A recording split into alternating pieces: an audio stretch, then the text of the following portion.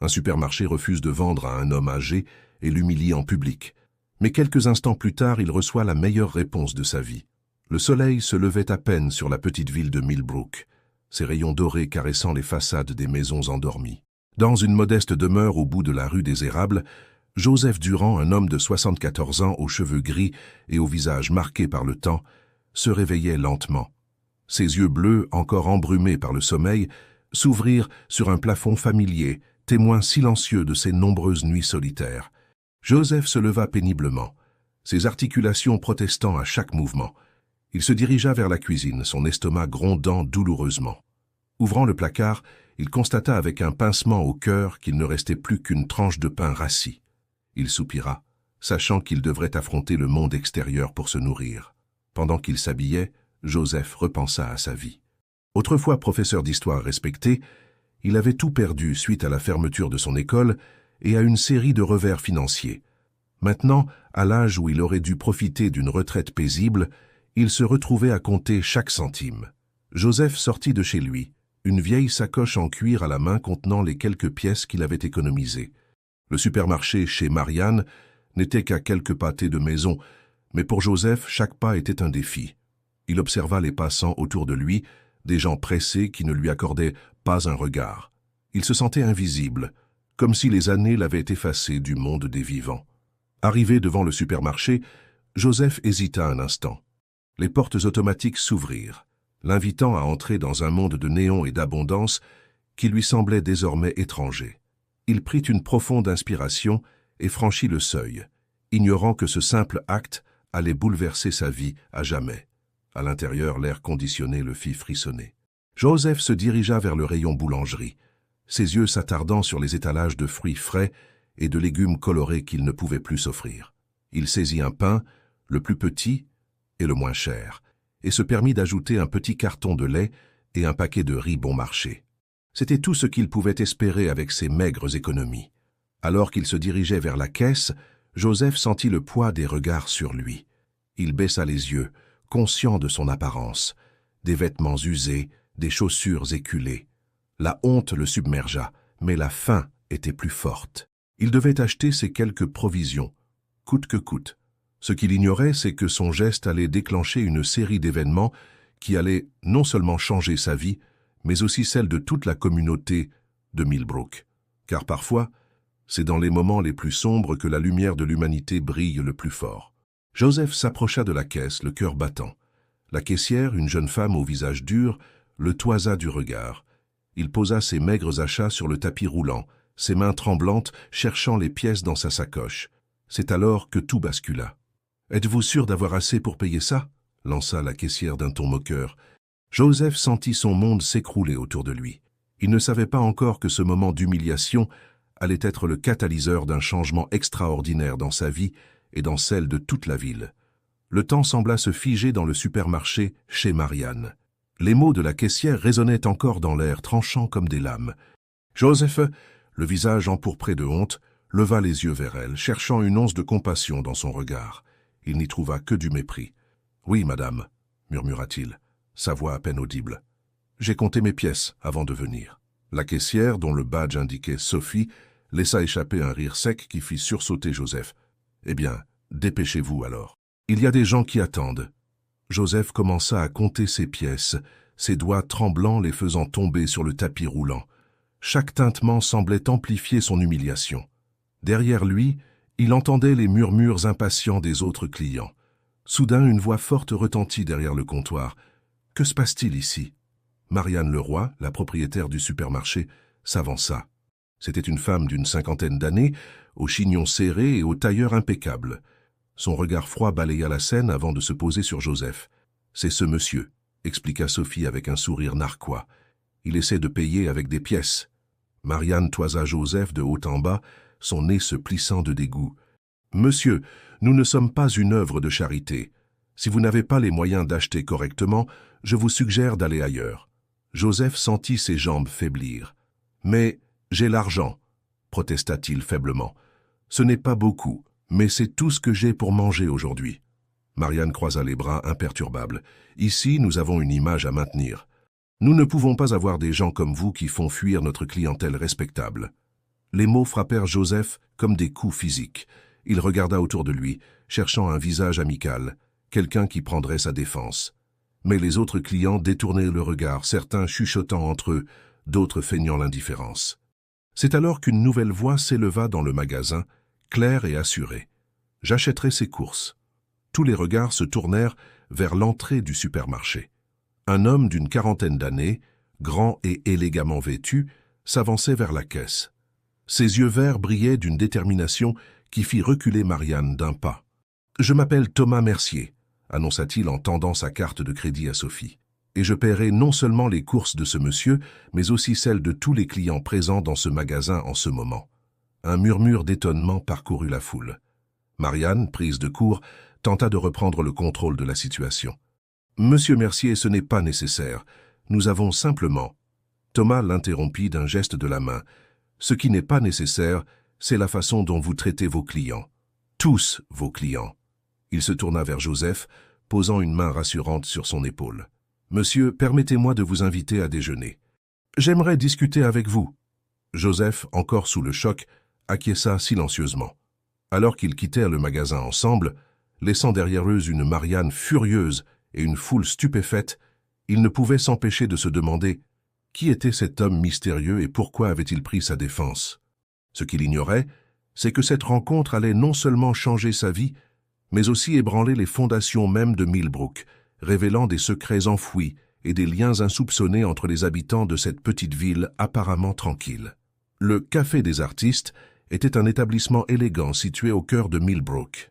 Ses grandes baies vitrées offraient une vue imprenable sur le parc central de la ville, et l'intérieur respirait le raffinement avec ses boiseries sombres et ses tableaux d'artistes locaux. C'est là que Thomas Mercier conduisit Joseph, qui se sentait terriblement déplacé dans ce décor luxueux. « Installez-vous confortablement, » dit Thomas en tirant une chaise pour Joseph. « Commandez ce qui vous fait plaisir, c'est moi qui invite. » Joseph hésita, ses yeux parcourant nerveusement la carte au prix exorbitant. « Je ne sais pas. Peut-être juste un café ?» Thomas secoua la tête avec un sourire bienveillant. « Allons, vous devez avoir faim. Que diriez-vous d'une bonne omelette aux champignons? C'est la spécialité de la maison. » Avant que Joseph ne puisse protester, Thomas avait déjà fait signe au serveur et commandé pour eux deux. Pendant qu'ils attendèrent leur plat, un silence gêné s'installa. Joseph fixait ses mains usées, posées sur la nappe immaculée, se sentant de plus en plus mal à l'aise. « Monsieur Durand, » commença Thomas, brisant le silence, « j'aimerais que vous me parliez un peu de vous. Comment en êtes-vous arrivé à cette situation ?» Joseph leva les yeux, surpris par la gentillesse dans la voix de Thomas. Pendant un instant, il hésita, peu habitué à ce qu'on s'intéresse à lui.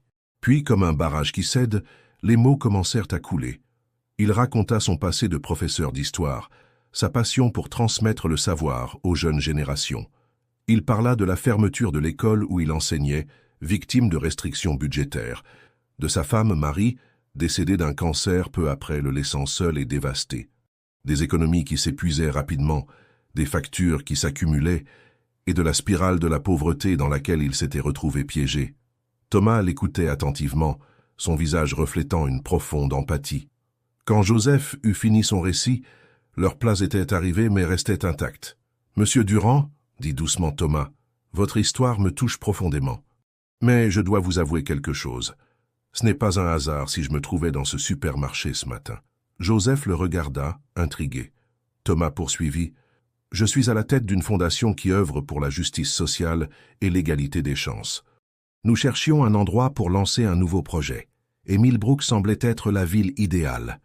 Mais ce que j'ai vu ce matin m'a convaincu que nous avions beaucoup de travail à faire ici. » Il marqua une pause, ses yeux brillants d'une détermination nouvelle. « Monsieur Durand, j'aimerais vous proposer quelque chose. Ma fondation a besoin de personnes comme vous, des gens qui ont vécu des épreuves et qui comprennent les défis auxquels font face les plus démunis. Accepteriez-vous de travailler avec nous ?» Joseph en resta bouche bée. « Moi? Mais je suis vieux. Je n'ai plus rien à offrir. » Thomas secoua la tête avec un sourire. « Au contraire, vous avez une expérience de vie inestimable, une connaissance de l'histoire qui pourrait nous être très utile, et surtout, un cœur qui n'a pas été endurci par l'adversité. Nous avons besoin de gens comme vous pour faire la différence. Alors que Joseph digérait cette proposition inattendue, une silhouette familière passa devant la vitrine du café. C'était Marianne Leroy, la propriétaire du supermarché, qui les observait avec un mélange de curiosité et de méfiance. Son regard croisa celui de Thomas, et pendant un bref instant, une lueur de reconnaissance passa entre eux. Ce que Joseph ignorait, c'est que cette rencontre fortuite allait déclencher une série d'événements qui bouleverseraient non seulement sa vie, mais aussi l'équilibre fragile de toute la ville de Millbrook. Des secrets enfouis depuis longtemps allaient remonter à la surface, mettant à l'épreuve les liens entre les habitants et révélant la véritable nature de chacun. Alors que Joseph s'apprêtait à répondre à la proposition de Thomas, il ne pouvait imaginer à quel point sa décision allait façonner l'avenir de Millbrook et de ses habitants. Les jours qui suivirent la rencontre au Café des Artistes furent un tourbillon d'émotions et de changements pour Joseph. Il avait accepté la proposition de Thomas Mercier, plus par gratitude que par réelle conviction en ses propres capacités. La fondation lui avait fourni un petit appartement confortable et un salaire modeste mais régulier. Pour la première fois depuis des années, Joseph se sentait utile, valorisé. Cependant, son nouveau rôle au sein de la fondation Nouvelle Aube ne faisait pas l'unanimité à Millbrook. Certains voyaient d'un mauvais œil l'arrivée de cette organisation dans leur petite ville tranquille. Les rumeurs allaient bon train, alimentées par la méfiance envers les étrangers et la peur du changement. Un matin, alors que Joseph se rendait au bureau de la fondation, il croisa Clara Bennett, la bibliothécaire de la ville. Clara avait toujours été gentille avec lui permettant de lire les journaux gratuitement quand il n'avait plus les moyens de s'abonner. « Joseph » l'interpella-t-elle, son visage habituellement jovial assombri par l'inquiétude. « Est-ce vrai ce qu'on raconte? Que cette fondation veut acheter le vieux théâtre pour en faire un centre d'accueil pour sans-abri » Joseph, pris au dépourvu, bafouilla. « Je ne suis pas au courant de tous les projets, Clara. » Clara soupira, peu convaincue. « Joseph, tu sais que je t'apprécie, mais ce Thomas Mercier, il y a quelque chose chez lui qui me dérange. As-tu entendu parler de ce qui s'est passé dans la ville voisine de Greenville il y a quelques années ?» Avant que Joseph ne puisse répondre, une voix familière retentit derrière eux. « Mademoiselle Bennett, j'espère que vous ne colportez pas de rumeurs infondées. » Thomas Mercier s'approcha, son sourire habituel légèrement crispé. Clara rougit, mais ne se démonta pas. « Monsieur Mercier, les gens ont le droit de savoir ce que vous prévoyez pour notre ville. »« Et ils le sauront, » répondit Thomas d'un ton apaisant. « Nous organisons une réunion publique la semaine prochaine pour présenter nos projets en toute transparence. J'espère que vous y assisterez. » Clara hocha la tête sèchement avant de s'éloigner. Joseph, mal à l'aise, se tourna vers Thomas. « Je suis désolé, je ne savais pas quoi lui dire. » Thomas posa une main rassurante sur son épaule. « Ne vous inquiétez pas, Joseph. Le changement fait toujours peur au début. Mais vous verrez. Bientôt ils comprendront que nous sommes là pour le bien de tous. » Alors qu'ils entrèrent dans le bureau de la fondation, Joseph ne put s'empêcher de repenser aux paroles de Clara. Que s'était-il passé à Greenville? Et pourquoi avait-il l'impression que Thomas ne lui disait pas tout? Pendant ce temps, à l'autre bout de la ville, Marianne Leroy, la propriétaire du supermarché, était assise dans son bureau, le visage sombre. Devant elle, un vieux journal ouvert à un article datant de 5 ans. Scandale à Greenville, une fondation caritative accusée de malversation. Marianne serra les poings. « Je ne te laisserai pas recommencer ici, Thomas, » murmura-t-elle. « Pas cette fois. » Ce que personne ne savait encore, c'est que les destins de Joseph, Thomas et Marianne étaient plus étroitement liés qu'ils ne pouvaient l'imaginer. Des secrets enfouis depuis des décennies menaçaient de refaire surface, mettant en danger non seulement les projets de la fondation, mais aussi l'équilibre fragile de toute la communauté de Millbrook. Les jours passaient et l'effervescence grandissait à Millbrook. La petite ville, d'ordinaire si paisible, bourdonnait de conversations animées et de débats passionnés. L'arrivée de la fondation Nouvelle Aube et ses projets mystérieux étaient sur toutes les lèvres.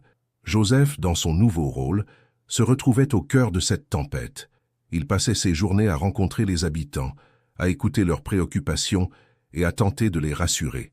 Mais plus il en apprenait sur les projets de la fondation, plus il se sentait tiraillé.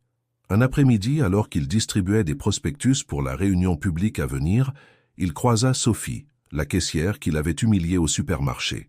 À sa grande surprise, elle semblait mal à l'aise. « Monsieur Durand », commença-t-elle, évitant son regard, « Je voulais m'excuser pour l'autre jour. Je n'aurais pas dû vous traiter ainsi. » Joseph, touché par ce geste inattendu, lui sourit gentiment. « C'est du passé, Sophie. Nous faisons tous des erreurs. » Sophie hésita un instant avant de poursuivre. « C'est juste que Madame Leroy nous met tellement de pression. Elle dit que si les affaires ne s'améliorent pas, elle devra fermer le magasin. J'ai peur de perdre mon emploi. » Cette révélation surprit Joseph. Il n'avait jamais imaginé que le supermarché, apparemment prospère, puisse être en difficulté. « Je suis désolé d'entendre ça, Sophie. Peut-être que la fondation pourrait t'aider d'une manière ou d'une autre. » Le visage de Sophie s'assombrit. « Je ne sais pas. Il y a tellement de rumeurs qui circulent sur cette fondation. Certains disent d'eux même qu'ils sont là pour acheter toute la ville à bas prix. » Joseph sentit un malaise grandir en lui. Il voulait défendre la fondation, mais il réalisait qu'il n'en savait pas assez pour contrer ces accusations. « Je t'assure que ce n'est pas le cas, Sophie.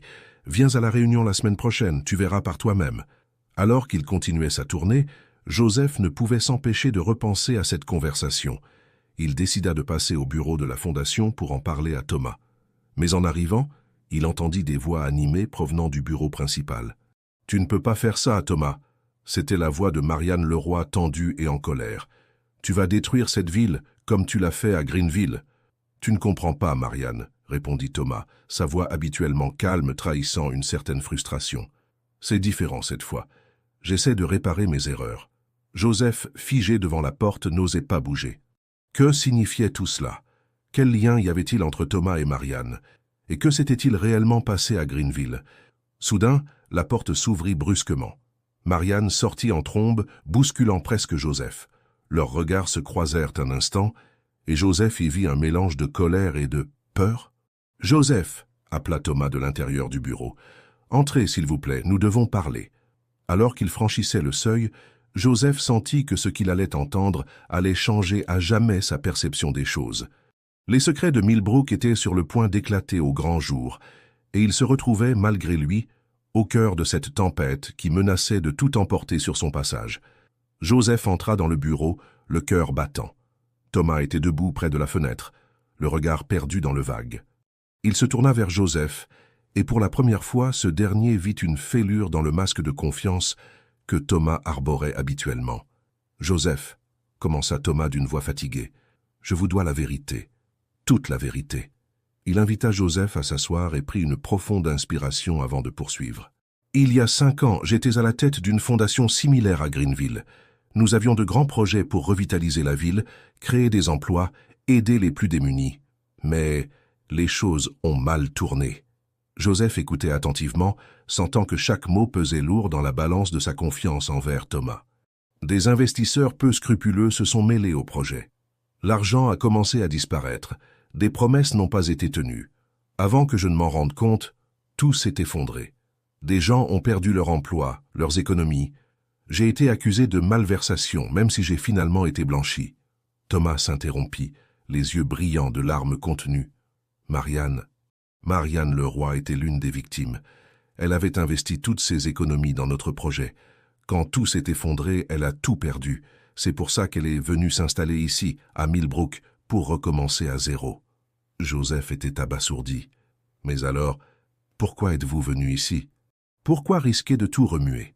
Thomas se tourna vers lui, une détermination nouvelle dans le regard. « Pour réparer mes erreurs, Joseph. Pour montrer qu'on peut faire les choses différemment, honnêtement.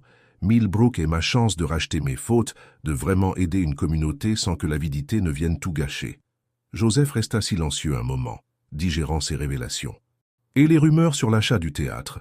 Sur le fait que vous voulez acheter toute la ville ?» Thomas secoua la tête. « Des exagérations, des malentendus. Oui, nous voulons acheter le théâtre, mais pour en faire un centre communautaire, pas un refuge pour sans-abri comme certains le prétendent. Et non, nous ne voulons pas acheter toute la ville. Nous voulons l'aider à se développer, à prospérer. » Il s'approcha de Joseph, le regard intense. « J'ai besoin de votre aide, Joseph. Les gens vous font confiance. Vous pouvez les aider à comprendre que nous sommes là pour le bien de tous. » Joseph se leva, troublé. « J'ai besoin de réfléchir à tout ça, Thomas. C'est beaucoup à assimiler. » Alors qu'il quittait le bureau, Joseph se sentait plus perdu que jamais. Il croyait en la sincérité de Thomas, mais les accusations de Marianne et les rumeurs qui circulaient en ville le faisaient douter. Qui devait-il croire? Que devait-il faire? Ce qu'il ignorait, c'est que sa décision allait avoir des répercussions bien au-delà de sa propre vie. Les destins de Thomas, de Marianne et de toute la ville de Millbrook reposaient désormais sur ses épaules. Et le temps pressait, car la réunion publique approchait à grands pas, menaçant de faire éclater au grand jour tous les secrets et les tensions qui couvaient depuis des semaines.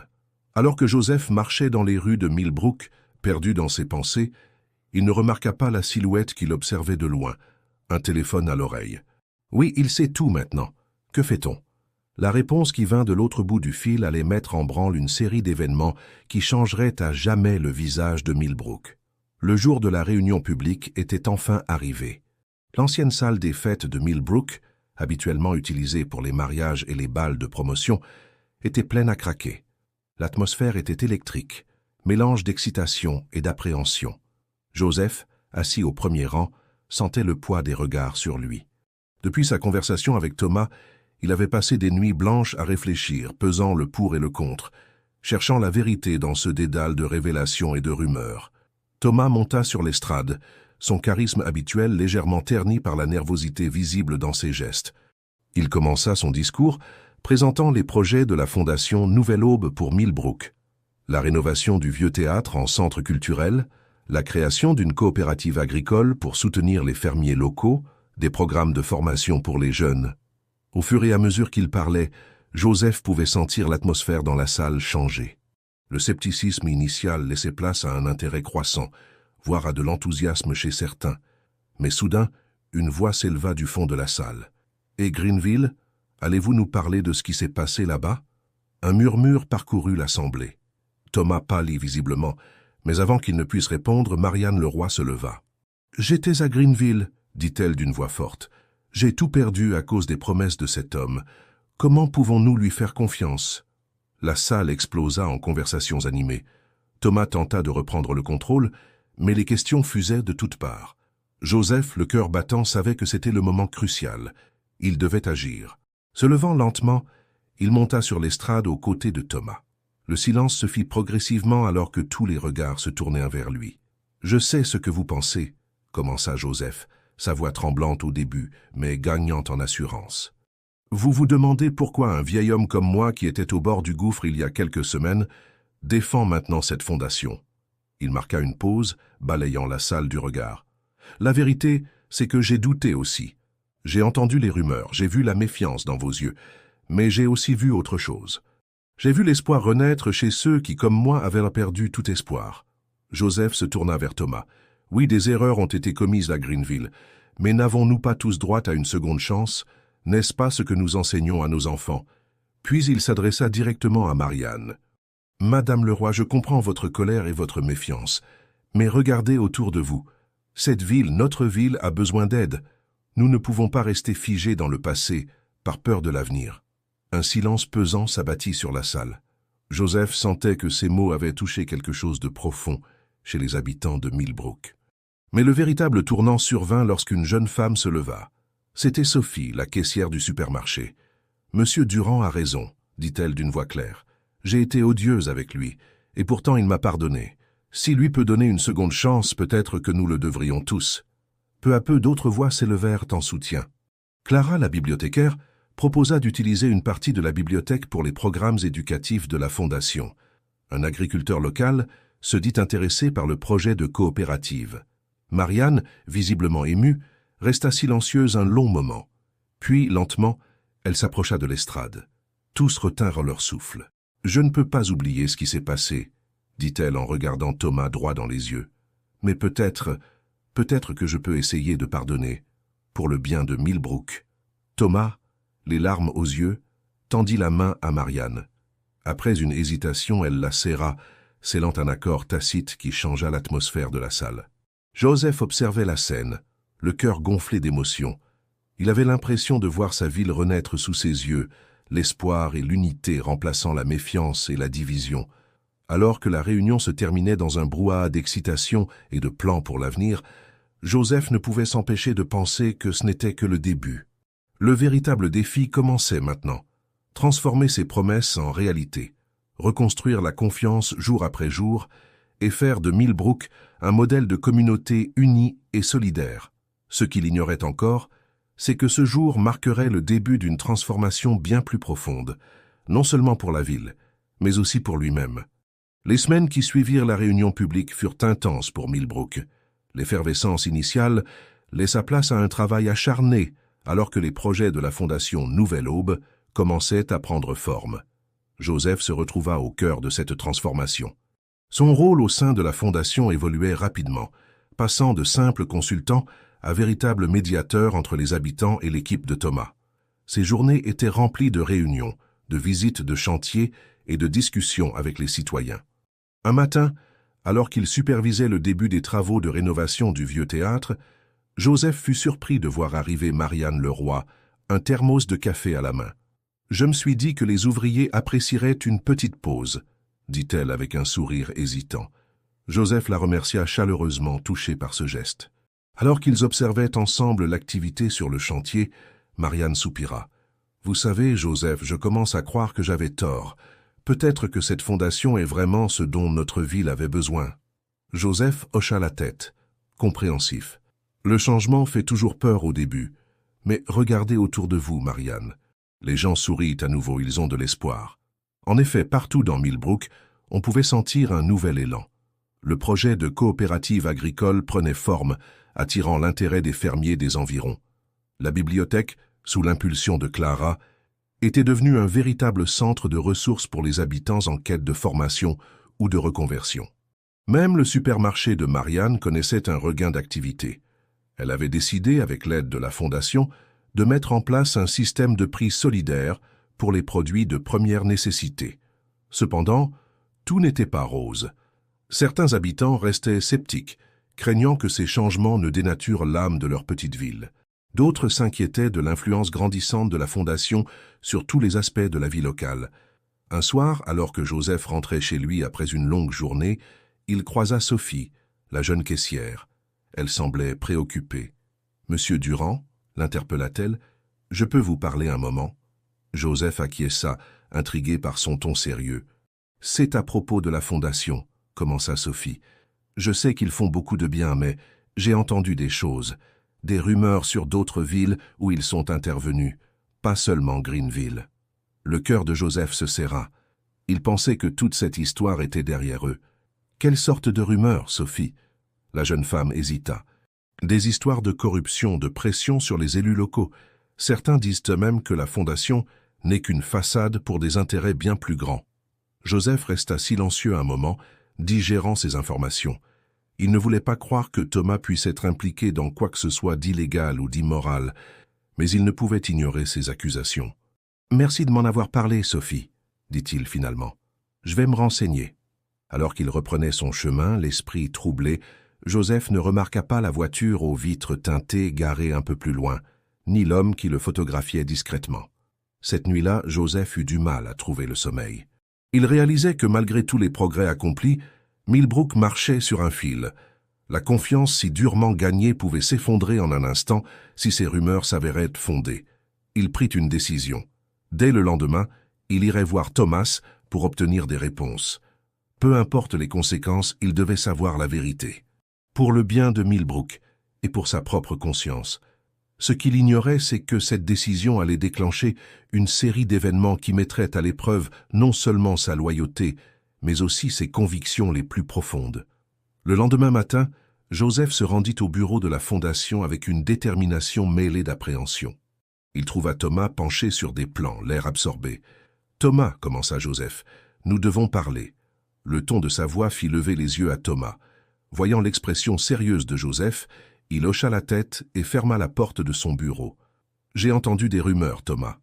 Des rumeurs inquiétantes sur la Fondation, sur d'autres villes où vous êtes intervenu. » Thomas soupira profondément, comme s'il s'attendait à cette conversation. « Je suppose que cela devait arriver, » dit-il doucement. « Joseph, asseyez-vous, s'il vous plaît.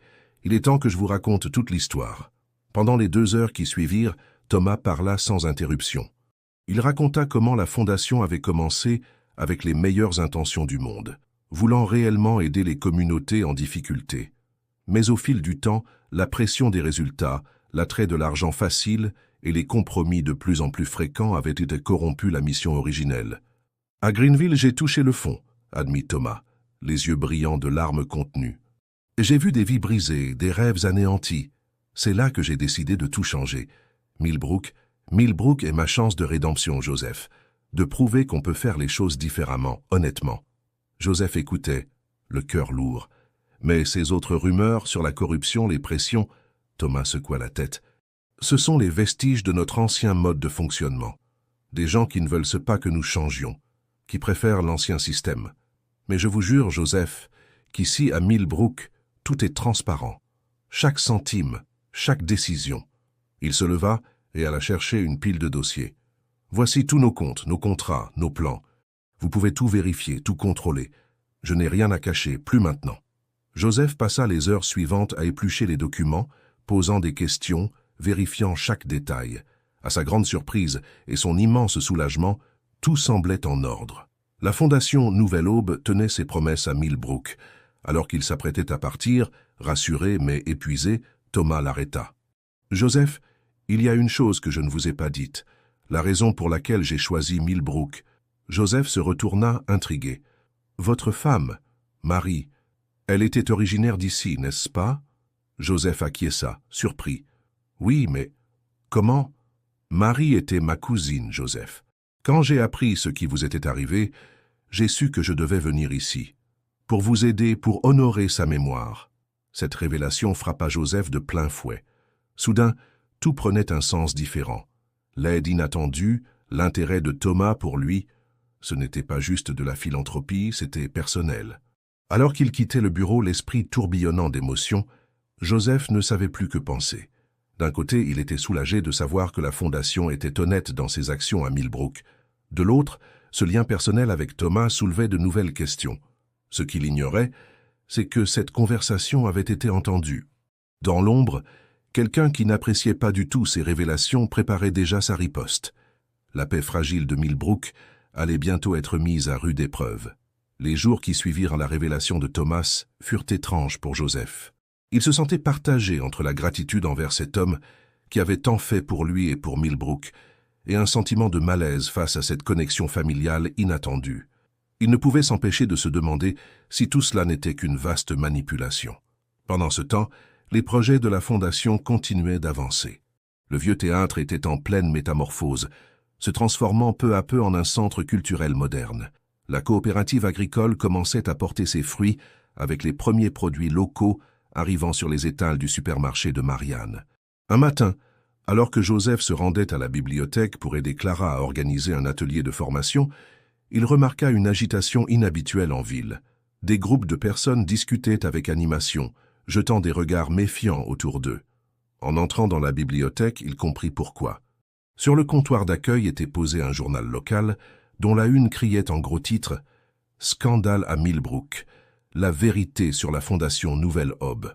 L'article, signé par un certain J. Martinez, journaliste d'investigation, détaillait une série d'allégations contre Thomas Mercier et la Fondation. Il parlait de manipulation, de conflits d'intérêts, et insinuait même que l'argent investi à Millbrook provenait de sources douteuses. Clara, le visage pâle, s'approcha de Joseph. « C'est partout en ville. Les gens sont en train de paniquer. Qu'allons-nous faire ?» Joseph sentit son cœur se serrer. Il pensait avoir dissipé tous les doutes, mais voilà que tout semblait s'effondrer à nouveau. « Je dois parler à Thomas », dit-il fermement. Mais avant qu'il ne puisse faire un pas, la porte de la bibliothèque s'ouvrit brusquement. C'était Marianne Leroy, le visage rouge de colère. « Vous le saviez, n'est-ce pas ?» cria-t-elle à Joseph. « Vous saviez que tout ça n'était qu'un mensonge. » Joseph tenta de la calmer, mais Marianne était hors d'elle. « J'ai cru en vous, en cette fondation. J'ai même convaincu d'autres de vous faire confiance. Et maintenant tout le monde va penser que j'étais complice. » D'autres habitants commencèrent à affluer dans la bibliothèque, certains en colère, d'autres simplement confus et effrayés. Joseph se retrouva au centre d'une tempête d'accusations et de questions auxquelles il n'avait pas de réponse. C'est alors que Thomas arriva, essoufflé et l'air hagard. « Joseph, dit-il, nous avons un problème. »« Tu crois ?» répliqua sèchement Marianne. « Explique-nous donc comment tu comptes t'en sortir cette fois. » Thomas regarda autour de lui, réalisant l'ampleur de la situation. Il prit une profonde inspiration. « Je comprends votre colère et votre méfiance, mais je vous assure que ces accusations sont fausses. Nous n'avons rien à cacher. Prouve-le alors, lança quelqu'un dans la foule. Thomas hocha la tête. Vous avez raison. C'est exactement ce que nous allons faire. Joseph, dit-il en se tournant vers lui, j'ai besoin de votre aide. Nous allons ouvrir tous nos livres, tous nos dossiers. Chaque centime, chaque décision sera examinée. Et nous le ferons publiquement, ici même, dans cette bibliothèque. Un murmure parcourut l'assemblée. Joseph, surpris par cette décision audacieuse, acquiesça lentement. D'accord, mais à une condition. Je veux que des experts indépendants participent à cet examen, des gens en qui la ville a confiance. Thomas accepta sans hésiter. Peu à peu, la tension dans la pièce commença à diminuer. Les gens étaient encore méfiants, mais l'offre de transparence totale semblait les apaiser un peu. Alors que la foule se dispersait, Joseph remarqua une silhouette familière qui s'éclipsait discrètement. C'était Sophie, la jeune caissière. Son visage trahissait non pas de la colère ou de la confusion, mais de la culpabilité. Joseph fronça les sourcils. Il y avait encore des pièces manquantes dans ce puzzle, et il était déterminé à les trouver, car il savait que l'avenir de Millbrook, et peut-être même sa propre rédemption, en dépendait. Ce qu'il ignorait encore, c'est que cette crise allait révéler des vérités bien plus profondes sur la ville et ses habitants, des vérités qui allaient changer à jamais le destin de Millbrook. Les jours qui suivirent furent intenses à Millbrook. La bibliothèque s'était transformée en un véritable centre d'investigation, avec des experts comptables, des juristes et des citoyens bénévoles qui épluchaient chaque document de la fondation Nouvelle Aube. Joseph, fidèle à sa promesse, supervisait l'ensemble du processus, veillant à ce que chaque question trouve une réponse. Thomas, quant à lui, se tenait à disposition, répondant patiemment à toutes les interrogations, même les plus pointues. Son calme apparent contrastait avec l'agitation qui régnait dans la ville. Un soir, alors que Joseph rentrait chez lui après une longue journée d'examen des comptes, il aperçut Sophie qui semblait l'attendre devant sa porte. La jeune femme avait l'air nerveuse, jetant des regards furtifs autour d'elle. « Monsieur Durand, » dit-elle d'une voix tremblante, « je dois vous parler. C'est important. » Joseph, intrigué, l'invita à entrer. Une fois à l'intérieur, Sophie fondit en larmes. « Je suis désolé, » sanglota-t-elle. « Tout est de ma faute. » Patiemment, Joseph attendit qu'elle se calme et lui offrit un verre d'eau. Peu à peu, Sophie révéla son secret. Elle avait été approchée par un homme quelques semaines auparavant, un certain G. Martinez, qui se présentait comme un journaliste d'investigation. Il lui avait promis une grosse somme d'argent en échange d'informations compromettantes sur la fondation et sur Thomas Mercier. « J'avais besoin d'argent pour les soins de ma mère, » expliqua Sophie, la voix brisée. « Je ne pensais pas que ça irait si loin. Je lui ai juste dit ce que j'avais entendu, des rumeurs, rien de plus. Mais il a tout déformé, tout exagéré. » Joseph écoutait, stupéfait. « Pourquoi me dire tout ça maintenant ?» Sophie leva vers lui des yeux remplis de remords. « Parce que je vois tout le bien que la Fondation fait, et parce que vous m'avez montré ce que signifie vraiment la seconde chance. Je ne peux plus vivre avec ce mensonge. » Joseph resta silencieux un moment, digérant ces révélations. Puis il prit une décision. « Sophie, demain nous irons ensemble voir Thomas et les autres. Tu leur diras la vérité. » Le lendemain matin, l'annonce de Sophie provoqua un véritable séisme à Millbrook. G. Martinez fut rapidement identifié comme un homme de paille, payé par des intérêts extérieurs qui cherchaient à discréditer la fondation pour des raisons obscures. Mais le plus surprenant fut la réaction de Thomas.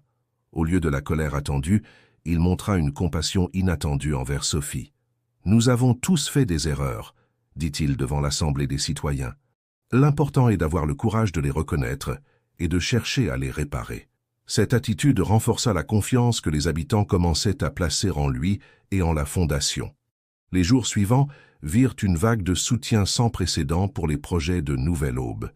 Cependant, Joseph ne pouvait s'empêcher de se demander qui se cachait réellement derrière cette tentative de sabotage. Il savait que tant que cette menace resterait dans l'ombre, Millbrook ne serait pas vraiment en sécurité. C'est alors qu'un soir, alors qu'il travaillait tard à la bibliothèque, il reçut un appel mystérieux. « Si vous voulez connaître la vérité sur ceux qui menacent Millbrook, » dit une voix déformée, « rendez-vous demain à minuit au vieux moulin abandonné. Venez seul. » Joseph raccrocha, le cœur battant. Il savait que c'était probablement un piège, mais c'était aussi peut-être sa seule chance de découvrir la vérité. Il décida de ne rien dire à personne, pas même à Thomas.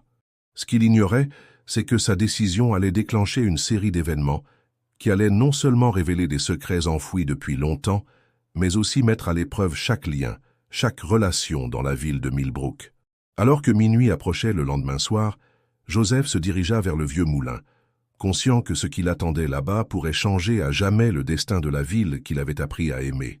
Le vieux moulin se dressait, silhouette sinistre sous le clair de lune, ses ailes immobiles projetant des ombres fantomatiques sur le sol. Joseph s'approcha avec précaution, tous ses sens en alerte. Le craquement d'une branche le fit sursauter. « Monsieur Durand », une voix familière brisa le silence. « Je suis heureuse que vous soyez venu. » Marianne Leroy émergea de l'ombre, son visage grave éclairé par la lueur blafarde de la lune. « Marianne, c'était vous ?» demanda Joseph, stupéfait. Elle hocha la tête. « Je suis désolé pour tout ce mystère, mais je devais être sûr que personne ne nous suivait. » Pendant les minutes qui suivirent, Marianne révéla à Joseph une vérité qui le laissa sans voix. Elle avait découvert que la menace qui pesait sur Millbrook venait de l'intérieur même du conseil municipal. Certains élus, corrompus par des promoteurs immobiliers peu scrupuleux, cherchaient à saboter les projets de la fondation pour pouvoir racheter les terrains à bas prix et les revendre avec un énorme profit. Ils ont utilisé J. Martinez pour discréditer Thomas et la fondation, expliqua Marianne. Mais ce qu'ils ignorent, c'est que j'ai des preuves de leur corruption.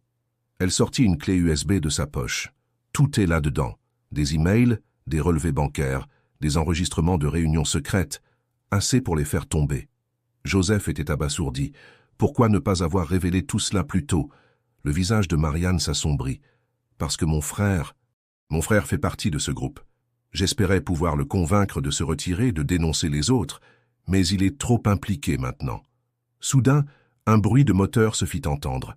Des phares illuminèrent le vieux moulin. « Ils nous ont trouvés », murmura Marianne paniquée. Elle glissa rapidement la clé USB dans la main de Joseph. « Prenez-la, faites ce qui est juste pour Millbrook. » Avant que Joseph ne puisse réagir, plusieurs hommes sortirent des voitures qui venaient d'arriver. L'un d'eux était le maire de Millbrook, un autre le frère de Marianne. Leurs visages étaient déformés par la colère et la peur. « Donnez-nous cette clé, Durand », ordonna le maire. « Vous ne savez pas dans quoi vous vous êtes embarqué. » Joseph recula, serrant la clé USB dans sa main. Son esprit tournait à toute vitesse, cherchant une issue. C'est alors qu'une autre voiture arriva en trombe. Thomas en sortit, suivi de plusieurs habitants de Millbrook, dont Sophie et Clara. « Ça suffit », déclara Thomas d'une voix forte. « Le jeu est terminé. » Il s'avéra que Sophie, rongée par la culpabilité, avait tout raconté à Thomas, y compris l'appel mystérieux reçu par Joseph. Inquiet pour sa sécurité, il l'avait suivi. Les minutes qui suivirent furent chaotiques. Les corrompus, se voyant acculés, tentèrent de fuir mais furent rapidement maîtrisés par les habitants de Millbrook, unis dans leur détermination à protéger leur ville. Alors que l'aube pointait à l'horizon, éclairant le vieux moulin d'une lumière nouvelle, Joseph réalisa que cette nuit marquait non seulement la fin d'une menace, mais aussi le début d'une nouvelle ère pour Millbrook. Une ère de transparence, d'unité et de véritable renouveau. Ce qu'il ignorait encore, c'est que les événements de cette nuit allaient avoir des répercussions bien au-delà des frontières de leur petite ville, touchant des vies et inspirant des changements qu'ils n'auraient jamais pu imaginer. Les jours qui suivirent la nuit au vieux moulin furent intenses pour Millbrook. L'arrestation du maire et de ses complices fit la une des journaux régionaux, attirant l'attention des médias nationaux sur la petite ville. Joseph, malgré lui, se retrouva propulsé sous les projecteurs, salué comme un héros local pour son rôle dans la révélation du scandale. Mais pour Joseph, le véritable héroïsme résidait dans la réaction des habitants de Millbrook. Au lieu de sombrer dans le cynisme ou le désespoir face à la corruption de leurs élus, ils choisirent de se rassembler et de prendre en main l'avenir de leur communauté. Une assemblée citoyenne fut rapidement organisée pour décider de la marche à suivre. Thomas, fidèle à sa promesse de transparence, proposa que la fondation Nouvelle Aube se retire temporairement de tous les projets en cours, laissant aux habitants le soin de décider s'ils souhaitaient poursuivre leur collaboration. À la surprise de beaucoup, et à l'émotion de Thomas, la majorité des citoyens votèrent pour maintenir les projets de la fondation, sous réserve d'un contrôle accru par un comité de surveillance composé d'habitants élus. Marianne, profondément affectée par le rôle de son frère dans le scandale, décida de transformer son supermarché en coopérative, permettant aux employés et aux clients de devenir copropriétaires. C'est ma façon de redonner à la communauté, expliqua-t-elle, les yeux brillants de larmes contenues. Sophie, inspirée par le pardon et la seconde chance qui lui avait été accordée, lança un programme de mentorat pour les jeunes, en difficulté, utilisant son expérience pour les guider vers de meilleurs choix. Clara, la bibliothécaire, vit son rêve se réaliser lorsque la bibliothèque fut officiellement désignée comme le nouveau centre civique de Millbrook, un lieu où les citoyens pouvaient se réunir, débattre et construire ensemble l'avenir de leur ville. Quant à Joseph, il fut approché par plusieurs habitants qui souhaitaient qu'il se présente comme maire par intérim. Après de longues réflexions et des discussions animées avec Thomas et Marianne, il accepta, à condition que ce soit pour une durée limitée, le temps d'organiser de nouvelles élections transparentes. Le jour de son investiture en tant que maire intérimaire, Joseph regarda la foule rassemblée sur la place principale de Millbrook. Il vit des visages familiers, des sourires, des regards pleins d'espoir. Il vit une communauté qui avait traversé l'épreuve et en était sortie plus forte, plus unie. « Mes chers concitoyens », commença-t-il, sa voix portant l'émotion de ce moment. « Il y a quelques mois, j'étais un homme brisé, sans espoir.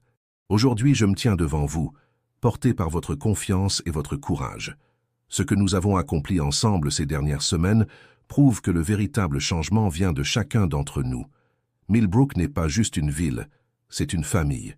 Et ensemble, nous pouvons accomplir des miracles. » Alors que les applaudissements résonnèrent sur la place, Joseph croisa le regard de Thomas.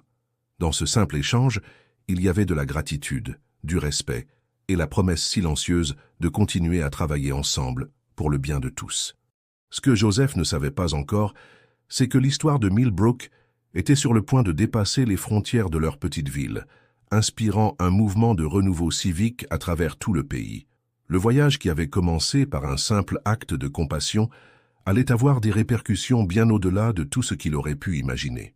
5 ans s'étaient écoulés depuis cette nuit mémorable au Vieux Moulin.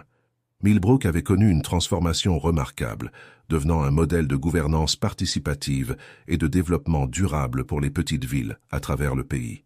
Joseph, qui avait finalement cédé sa place de maire à un jeune leader prometteur, formé par le programme de mentorat de Sophie, était assis sur un banc dans le parc central, observant l'activité autour de lui. Le vieux théâtre, désormais centre culturel dynamique, bourdonnait d'activité.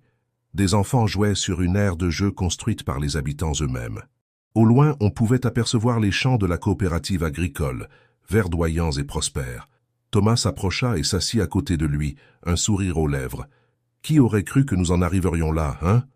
Joseph hocha la tête, ému. « Certainement pas moi, ce jour où je suis entré dans ce supermarché avec mes quelques pièces. » Ils restèrent silencieux un moment, savourant la paix de cet instant.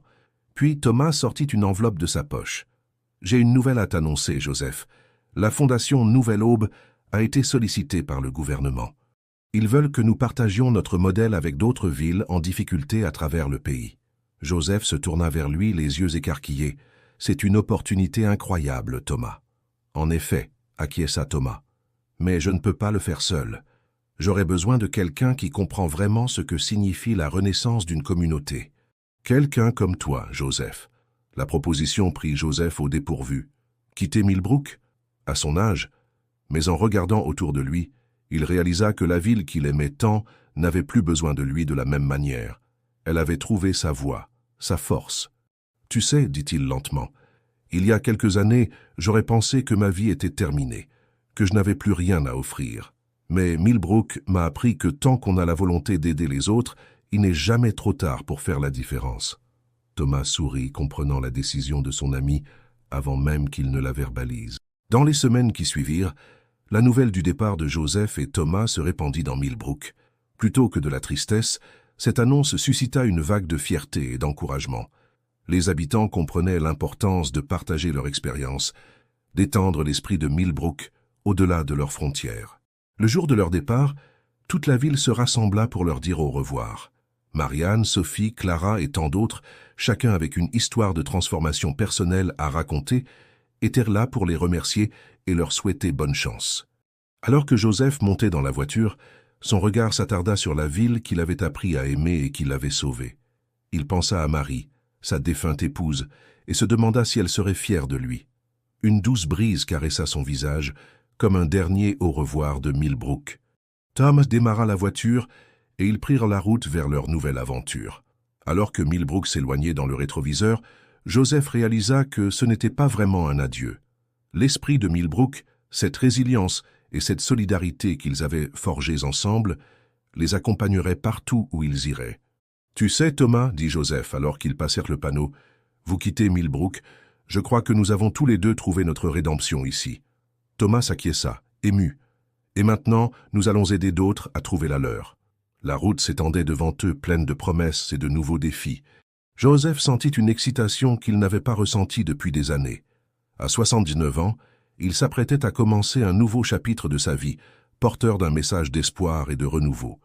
Alors que le soleil se couchait à l'horizon, peignant le ciel de teintes orangées et violettes, Joseph eut une pensée pour tous ceux qu'ils allaient rencontrer, toutes les vies qu'ils allaient toucher. Il réalisa que l'histoire de Millbrook n'était pas terminée. Au contraire, elle ne faisait que commencer, se propageant comme une onde d'espoir à travers le pays. Le voyage qui avait commencé par un simple acte de compassion dans un supermarché allait maintenant inspirer des communautés entières. Joseph sourit, sachant que tant qu'il y aurait des gens prêts à tendre la main, à offrir une seconde chance, il y aurait toujours de l'espoir pour un avenir meilleur. Alors que la nuit tombait et que les premières étoiles apparaissaient dans le ciel, Joseph et Thomas continuaient leur route, porteurs de l'héritage de Millbrook, prêts à écrire le prochain chapitre de leur extraordinaire voyage. Écrivez dans les commentaires ci-dessous.